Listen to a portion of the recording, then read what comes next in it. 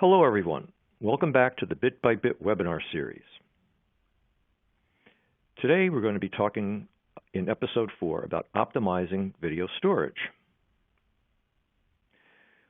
We're going to cover the role that storage plays in delivering video and the various challenges associated with storage for video, file downloads, and various use cases, followed by various solutions to these different challenges, how to migrate storage, and finally, security.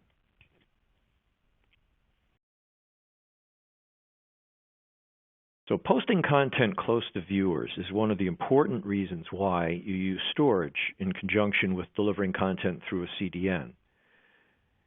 The whole idea is to deliver the best possible viewer experience with whatever service you're offering. And so positioning content closer to viewers means when they're asking for it, they get it as fast as possible. It also offloads storage management. If you're going to be your own origin and have the storage in your infrastructure, that means you have to manage it, grow it, etc. You have your origin infrastructure that's going to get the requests from users, and when you have spikes in demand for content and can overload your infrastructure. CDN storage also includes typically automatic replication of your storage, so you're protected and replicating that in the various places where you're going to deliver. And by doing all of this,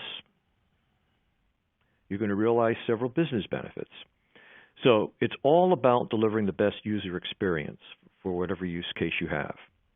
So getting content to users as soon as possible, handling spikes in demand when content becomes really hot, or there's a big download that you want to get to, or you have a game that has really exciting video associated with it, also getting it protected against theft and any other type of issue like that is very, very important.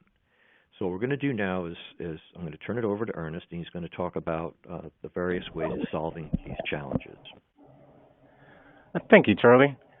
And so first, let's take a quick look and comparison at on-premise versus CDN storage. And here's the challenge. When we're storing that ourselves on-premise, it's very hard to scale. And especially when we're only in one location, how do you maximize performance to different locations?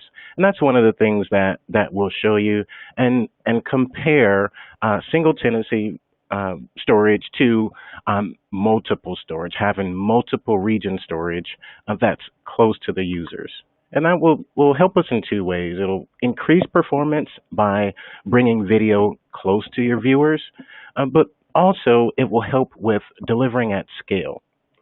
And part of that is storage replication. And that's one of the things that we'll touch on here is storage replication, moving content out close to your users, but also we'll talk a little bit about cache and what's the difference between storage and cache. And so the importance of storage replication, and we want to deliver from as close to your users as possible. And so we want to deliver from POPs, or points of presence, that are close.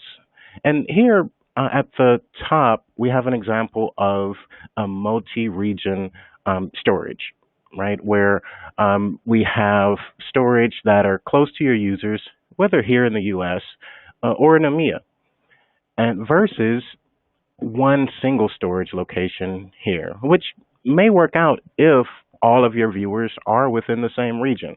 So there are good, business advantages to having single region storage, again, if your users are all located within that region. But for most of us, we're delivering at scale and we're delivering across the globe. And so it really helps to make sure that you have multi-region storage and deliver, again, close to your users as possible. So all storage is not created equal. And I'll show you a comparison of the two. Here on the left, we have an example of, again, a single location. Maybe that's a cloud storage provider where all of your video assets or your data is stored. All right. And so when the user requests that video, what happens is that request goes into the CDN, and if that request or that data, that video, does not already live in the CDN, then it reaches out to your storage location, whether that's on premise or your cloud storage provider, to pull that in for delivery. Now let's look at a different example. What if we had our storage within the delivery network? And what happens there is when a user requests an item that is not in storage or not in cache, it does not have to go far to retrieve that video. It's still within the delivery network. And so here's a little bit more detail on that example. And so first, let's look at our cloud storage or single storage location as our origin. As the customer requests a video, that request goes into the CDN and then has to go reach back to the origin storage location, in this case, cloud storage, across the public internet. And that causes some latency, some congestion, as we go through multiple hops now to get back to the original storage location. And so what is CDN origin storage? And where does it create efficiencies? Let's look at that. And so in this case, when our users or our viewers request a video, that request goes in, and that video is available across the CDN network. And that's where the concept of edge cache comes in, right? When content is requested, and especially as that content becomes more popular, that content is automatically replicated and sent out to different edge caches that are close to the user. And so this cache is a temporary storage versus your origin storage that stores that data until you delete it or until a policy says that that item should be removed. Now let's look at an example where our storage is integrated with the CDN. So here, when the customer or viewer requests a video or file, it's tightly integrated within the content delivery network, and it's able to retrieve that with maximum performance and availability. And so now let's talk about some best practices when we're building high availability storage. Right? And so for one, in the first mile, when we're getting content into the network, we want to make sure that, for one, we are ingesting into redundant sites. So you want to ingest into more than one location. And also you want to have a storage policy that replicates to the regions that you need. And secondly, that's part of that middle mile here, and part of what a CDN can help you with, right, is making sure that you have multi-region redundancy that are integrated into points of presence that are close to your users. And all that means is that data is automatically moved to locations close to your viewers for maximum performance. And then finally, in the last mile, we want to have some intelligence there for the retrieval side. And this is the device, the player, the phone, the laptop that reaches out to make the request.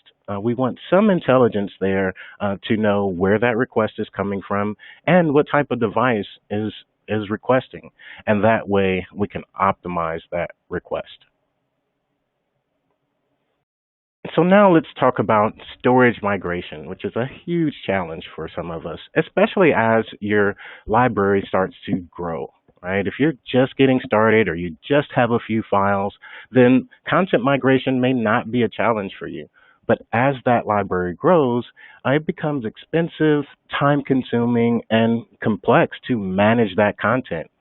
And you may find that 80% of your viewers only watch 20% of your content. So what is the best way? Should we migrate the content that's more popular to your users first, or just take a shotgun approach and send all of the video, which may not be as efficient, right? So let's take a look at two different ingest methods that will help ease that storage migration challenge. And so we'll look at two methods here. One is the load on demand method, where an audience demand really determines which video is pulled into storage. And then we'll also take a look at manifest upload mode. And this is where you have a manifest or a list that contains all of the video assets that you want to ingest into storage. Okay, so first, let's look at the load on demand model here, where a user requests a file. If that content, that video, is already in cache, it will get served to that user. If not, what happens is that request goes back into the CDN and it pulls the file from the customer origin, and it creates an instance within the CDN. And so now you have that asset within CDN storage, but also in edge cache so that as more viewers come to watch, that content is located close to them in cache in a point of presence near them. And secondly here, the manifest upload mode. And this is a case where you know what content specifically that you want to upload.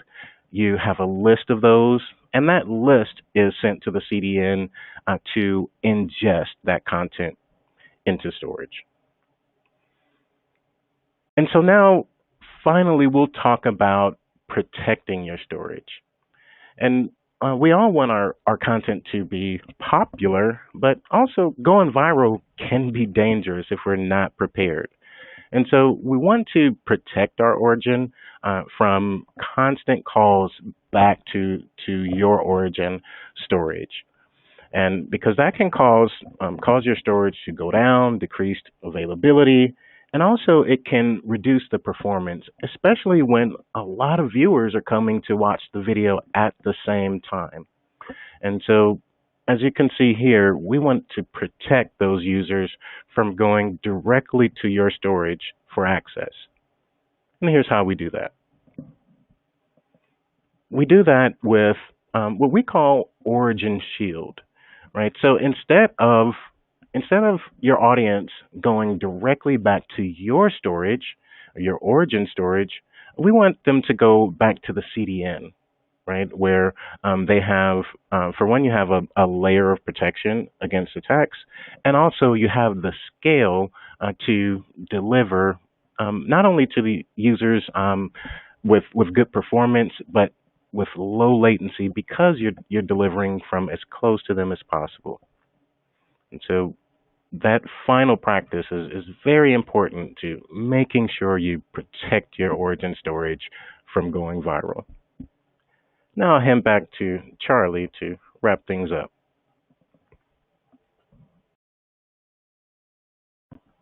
Hello. So now that you've seen the important role that storage has, I'm going to sort of flip this from summary to more recommendation. So the recommendations is strongly on utilizing storage that's part of a CDN and integrated with it, so that you can take advantage of its automatic replication, the security that's part of services that are delivered via CDN. It relieves you of having to worry about managing the storage and upgrading it and keeping up with the growth of it. And it has other benefits, including very good management tools in terms of how you load things into storage itself and how you manage it when it gets there. And it just generally makes it easy for you in your department. So everything's done by people that are used to managing it, and it relieves you up to do more important things. So this was the fourth series. We're hoping that we see you again on future bit-by-bit webinars. So if you've been following the series, you've gone through audience expectations and about live and on-demand video and storage. And the next step in the series is security for video delivery. So again, thank you for your attention. I hope it was useful and that you learned something. Have a good day.